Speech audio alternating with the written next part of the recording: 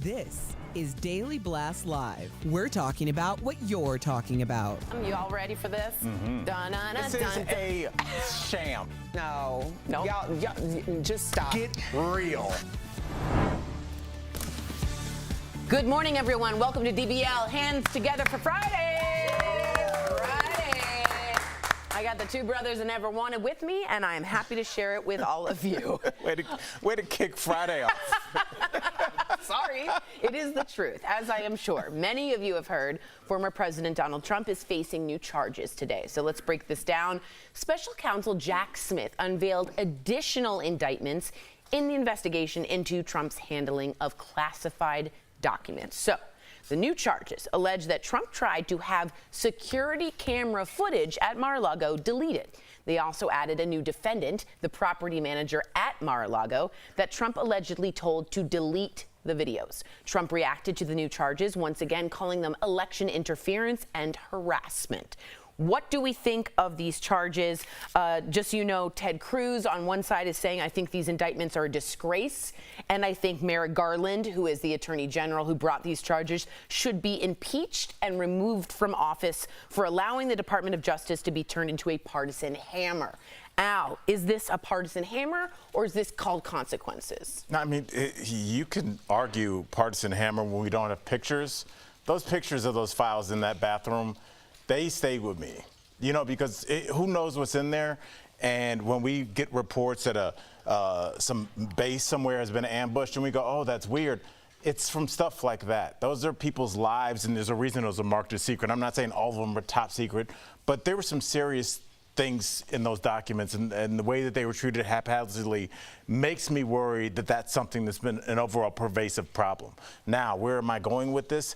The idea that if this is a hammer that is being used to just be weaponized, then what we're saying is Ted Cruz is saying that he thinks this is okay.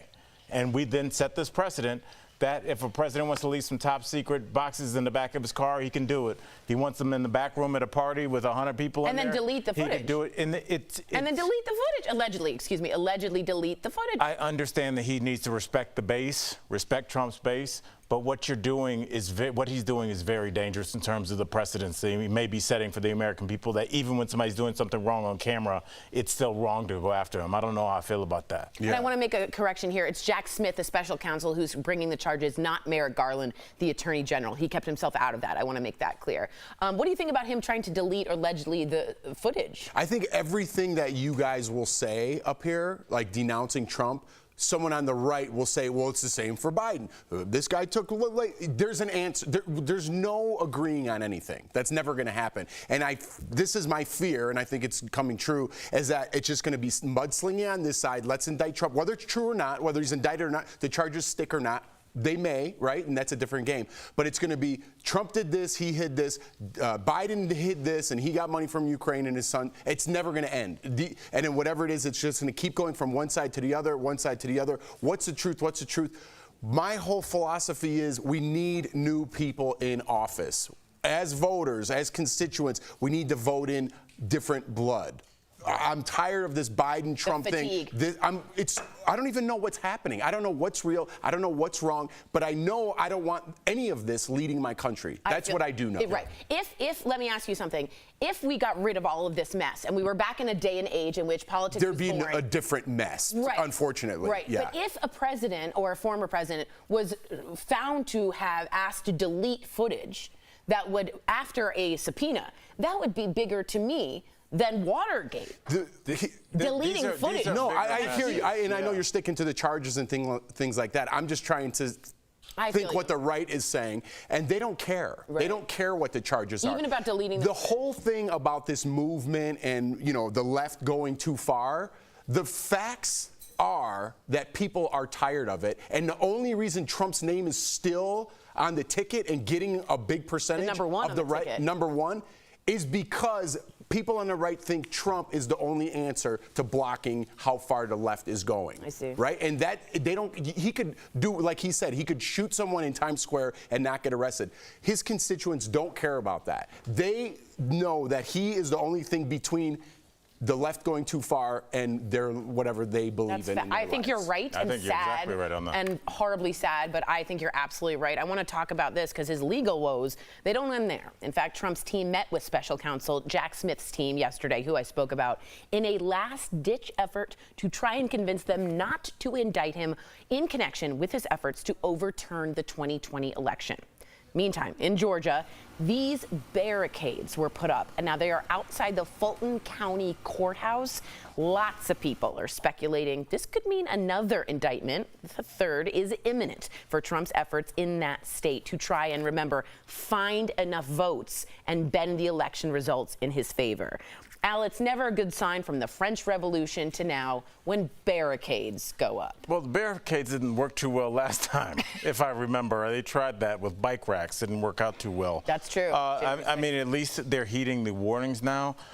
We had this with Trump's first SDNY investigation, and very few people showed up. I don't think that'll be the case here in Georgia, Jeff, and I'll tell you why. It's because we have him on tape saying it. I need more votes. So do you think that takes the steam out of some of the charge of the people that want to go down there and fight for him, being like he's saying it? Like he said, the amount. It's not remember? implied like the Russia hoax. Russia hoax was, there was a lot of things that people could take apart and things we didn't know, but he's saying it. So as the kids say, can they have that same energy? Well, I think like the barricades and things like that are an answer for January 6th, right? We were saying, where is the Secret Service? At the they Capitol. knew this was coming. Like, where is everybody? So I think this is in preparation. I do not think we're going to have anything close to January 6th at all. Yeah. I think this is just in preparation, saying, hey, we're here. We're not allowing this to happen. And to be honest, who's going down there to put themselves in jail for this man? You know what I mean? Like, I don't know how. I understand there are strong beliefs on the right side, but are you willing to put your freedom on the line and put yourself in jail? That's what the insurrectionists did, right? Right. It's like, how many people are willing to do that? Price, Yeah, we've because seen them. once a week I'm seeing 6 years, 7.5 years. Totally, yeah. And those are some old folks down there. But now on that they know line. the That's their consequences. 50s, yeah. I'm always saying we need harsher punishment. So people learn not to do those things. Now we know the punishment for those things. Are you really going to go down there? You're not going to see your family again, your children again? Because they will prosecute you. Right. So I don't know. I think it's preparation, but I hope I'm right. I hope you're right. Jail is a deterrent. Yeah. And I think it will be in this case. Let me just say this very quickly. I just think the bar has been set really low. And I agree with you completely about the fatigue and all of this. But when we have a president on tape saying, find me 11,000 something votes, or kill the surveillance footage, that should be more of like a crazy news story. But you're right, we're so drawn, we're so over it. It's just more noise. I want people to realize how significant this moment is. There's him allegedly erasing footage would be miles bigger than Watergate. So I just want us to keep that in perspective. Coming up on DBL, Bronny James, thank the Lord, is now out of the hospital. Our Dr. Coley is here to talk about what could have possibly caused him to go into cardiac arrest at 18 years young, and our interview with 80s rock icon Rick Springfield, huh? Al?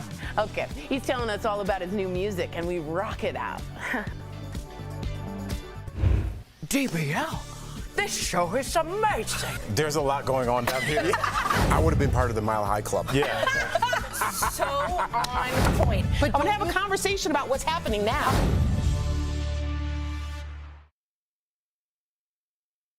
Must have adjusted them. Perfect. Okay, so it's in there. Hi, guys. Oh my God, you look fabulous. What'd you do? You did something different. What did you do? You hear that? You look fabulous. Mr. Ray, it's all You Ray. look. I can't even. You look beautiful. How are you? I'm good. How are you? I'm okay. My mom's in rehab now. Wonderful. It's very exciting. When is she gonna come home? Oh, she wants to come home now, but we just found out this morning, they can bring the dog into the rehab. And Aw. every day, all she says is, "Where's the dog? Where's the dog? Well, Where's pet the dog?" therapy really helps people recover. Absolutely. So if you didn't know, my mom was in the ICU. We didn't think she'd make it. She made it, and she's at rehab, and I'm so excited. We're going to talk about, thank you, Bronny James with you, and we're also going to talk a little bit about Senator McConnell. We are not going to diagnose Senator McConnell's frozen moment, but when you saw it, as a cardiologist, what did you at least think? I was panicked. Me too. For him, Me and too. I was shocked that they didn't rush him off. Okay, that's and what I was going to figure ask out you. What was happening? I was just going to ask you. I was like, you would have done a 911. I mean, they would have gone immediately. That's what I thought. So we're going to talk more about it, what to do, what to look for on that. And Bronny James out of cardiac arrest, huge. Out of Huge. the hospital. Out of the hospital. A few days after his cardiac arrest. Is that normal? No, only Okay. 1 out of 10 people survive an out-of-hospital cardiac arrest. So this is a testament to the CPR that he got and the shock that he got right away. Did he get a fib? Do you know Yes. there? The Oh my- American Heart Association said he was. Oh my gosh, the AFib thing, or Defib, the defib, defib. that everybody right now find out in your office or your home Where where the the defibrillator is. Ours is in the lobby. You got it. And it says it to you, so you don't have to scare. It says put on chest, right? It yells out. And it says don't shock if you shouldn't, so you can't hurt someone. Nope, not at all. Oh, defibrillator, wow. We're such nerds. I can't wait. My parents bought one from Montana because they're in the middle of nowhere.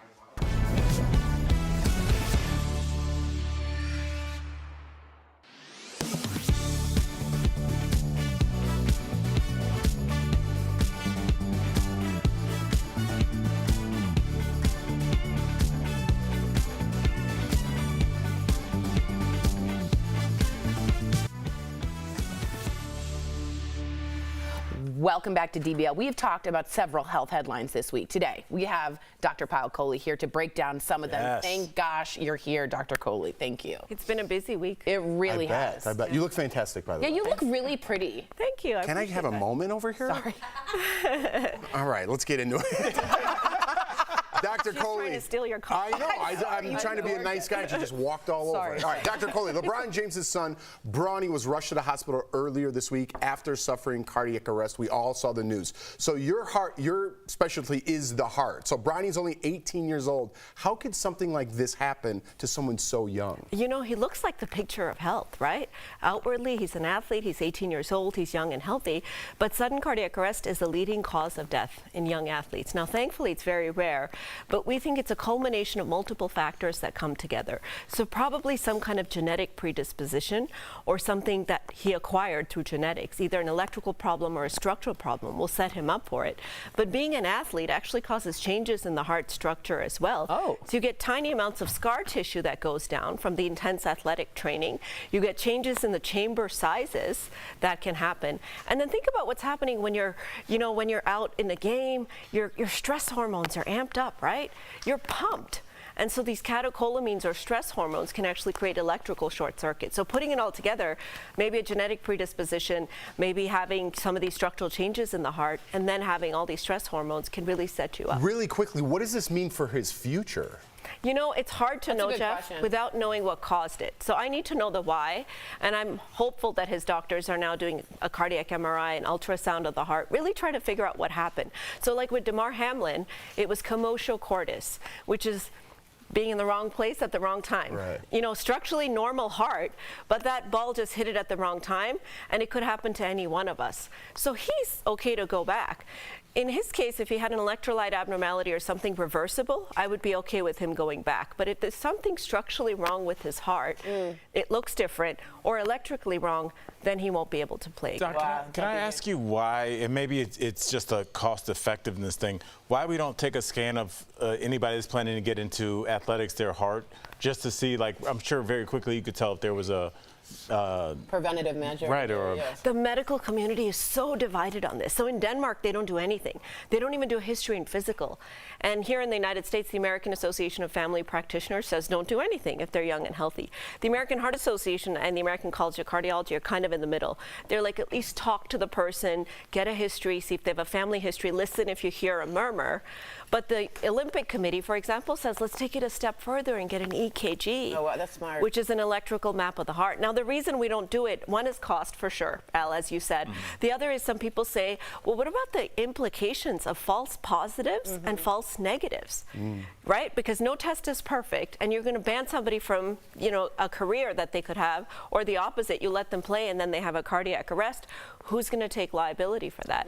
point. And then some people say it's actually unethical, because then if we're screening athletes, we should be screening all of us Everybody, too, right. Because we could have cardiac arrests as well. Let me ask you this. It's a little tricky. I'm going to be sensitive about this, but it's everywhere, and we talk about what you're talking about. Elon Musk has suggested that Bronny James's condition might be tied to the COVID vaccine. Okay, he said myocarditis. Am I saying it correctly? Myocarditis, yeah. Is a known side effect. Now, the only question is whether or not it is rare or common. Can you explain a little bit about what Elon Musk is, and is he talking out of his nothingness? Does he know anything? Yes. No, he doesn't know anything. Okay. He's not a cardiologist. Right, he didn't right. go to medical school. Right. And all of the cardiologists know that myocarditis, or inflammation of the heart muscle, is 11 times more common with the COVID infection than it is with the COVID vaccine. Now, we don't even know if Bronny got the infection, got the vaccine. We don't know any of this stuff.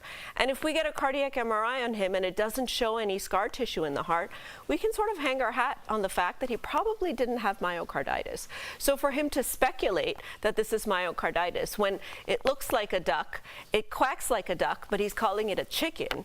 You know, we know that cardiac arrest is common in males. We know that it's more common in African Americans, and we know that it's more common in athletes. And so for him What does that to have to do with LeBron's son? Sorry, Lighten it up on a Friday. Yeah. Little levity, yeah.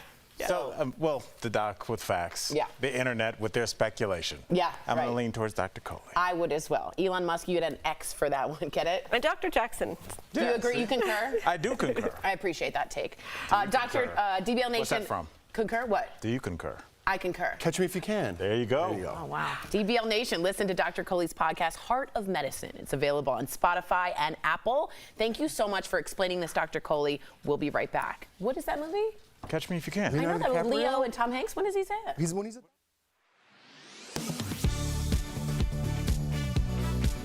This week, we've been asking you to tell us your hot weather hacks, and we heard from several of you who said a hot day calls for a cold glass of iced tea. And you've no doubt heard from sports drink companies who tout their beverages as a better way to quench your thirst. So we checked with these sources to find out, are other liquids more hydrating than water?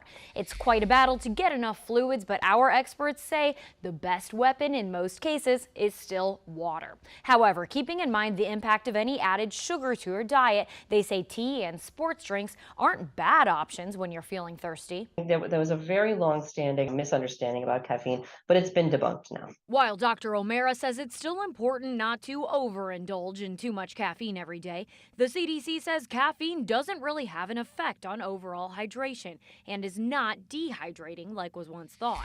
Athletes or anyone working in very sweaty conditions could benefit from added ingredients in sports drinks. But for most people, the CDC says eating regular meals is enough to offset the minerals lost in a sweat. And our kidneys do a beautiful job of regulating how much electrolyte we keep and how much electrolyte we pee away. Normally, water does the trick. The only thing our experts say to avoid in situations where dehydration could be an issue is alcoholic drinks. Not only are they dehydrating in and of themselves, but they can also keep you from recognizing the other signs and symptoms of heat-related illness. Stay safe out there and stay hydrated. With your Verify, I'm Abby Larico.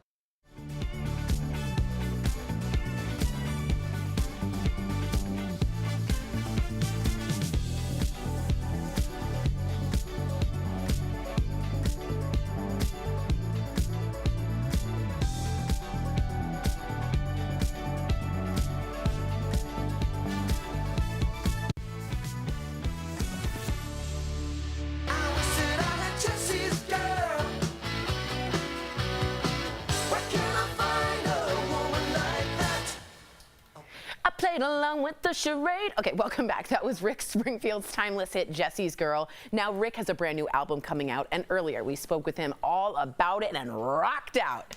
We didn't. Check it out. Please welcome back to the show, Rick Springfield.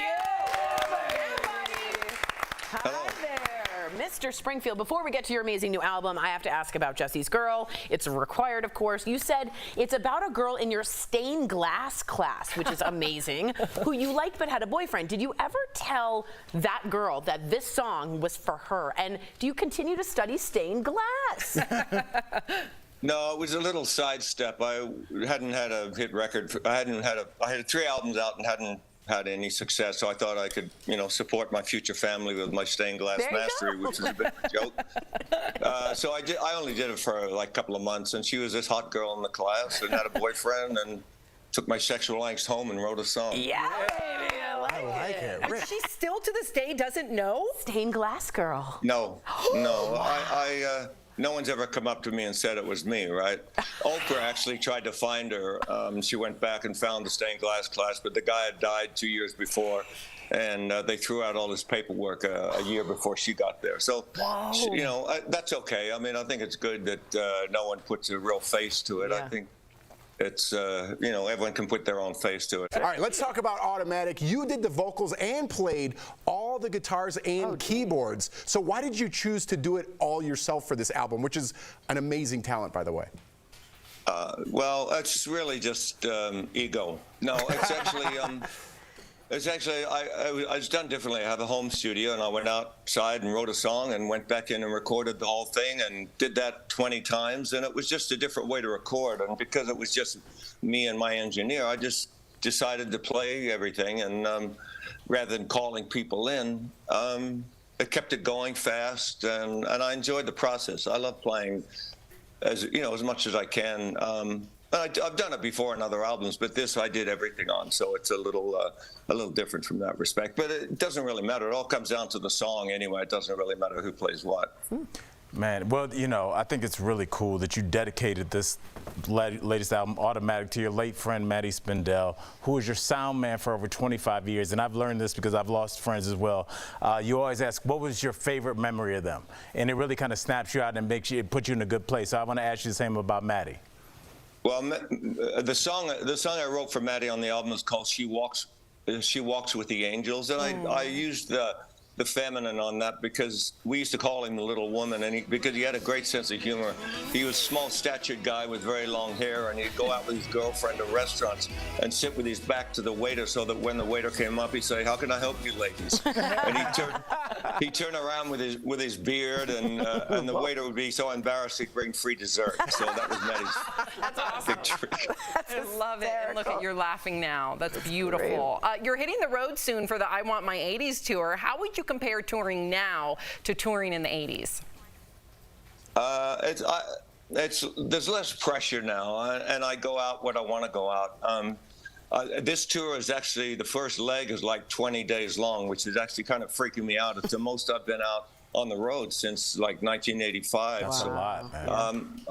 Usually I go out for like a week and then go home, because as you get older, I think you want to be with the ones you love. And I'm grateful to have an audience, and that's really why I go out and play, is because that lifts me up to be able to play for the people that come to the show. And it's really the new church, I mean, that's where you commune with your fellow man, woman. Absolutely. You're all thinking the same thing and looking the same direction and celebrating the same emotions and music, and I love that. I love that. Take Me to Church. That's a Sinead O'Connor reference. Oh, wow. Rick, thank you so much for joining us today. DBL Nation, be sure to listen to Rick's new album, Automatic, out August 4th. And for all your summer cocktails, be sure to pick up a bottle of Rick's rum brand, Beach Bar Rum. Look at that. Thank you again, Rick. Congratulations. Mazel. We'll be right back. Thank you. Looking good. Thank you. Thanks, Rick.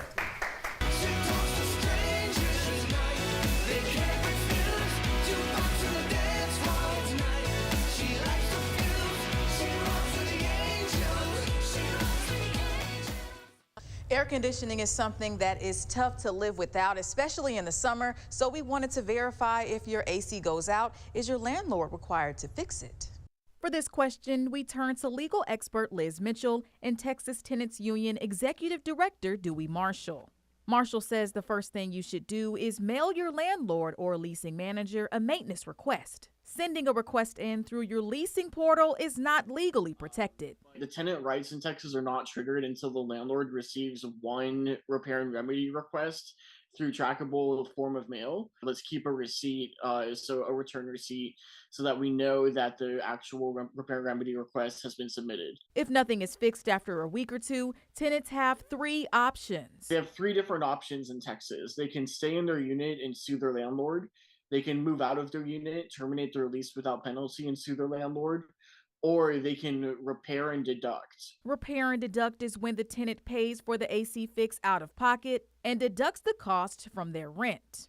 If the tenant decides to sue, there are things the tenant cannot do. You have to be current on your rent at the time that you have sent the certified letter. If you're in arrears on your rent, then that's going to affect your case. You shouldn't take it upon yourself to stop paying your rent. According to Texas Property Code, the best way to win a suit in this case is to prove that your health and safety is being threatened. If you want to terminate your lease, it's important to consult with an attorney first so that you're getting damage deposits back, so that you're not stuck contractually finishing out the term of your lease. You just want to make sure that you're doing everything within the law supported by the Texas Property Code to get you out of that lease and into an apartment that's more habitable. So we can confirm, yes, landlords are responsible for fixing your AC when it goes out, as long as the tenant can prove they are living in uninhabitable conditions. Gas prices are high across the country, and some on social media are claiming that changing your tire pressure would help increase the mileage and reduce cost. So, let's verify. Can properly inflating your tires help improve your gas mileage? Our sources are the U.S. Department of Energy, the National Highway Traffic Safety Administration, and Sean Huff, staff researcher at Oak Ridge National Laboratory. According to the DOE, the correct PSI, or pounds per square inch of tire pressure, can boost your gas mileage up to 3%. With the current price of gas across the country, that's the equivalent of saving more than 10 cents per gallon of gas. The National Highway Traffic Safety Administration also said properly inflating your tires can save you money, but only 19% of drivers actually do so. As the tire pressure goes down below the optimum pressure, the tire deforms or flattens. And as the tire flattens, then it's more difficult for the tire to roll on the pavement. And then that, of course, requires more energy to move the vehicle down the road. So we can verify, yes, properly inflated tires can improve your car's fuel economy. To find your car's correct PSI, you'll need to check the sticker inside the driver's side door. Whether you're verify, I'm Brandon Lewis.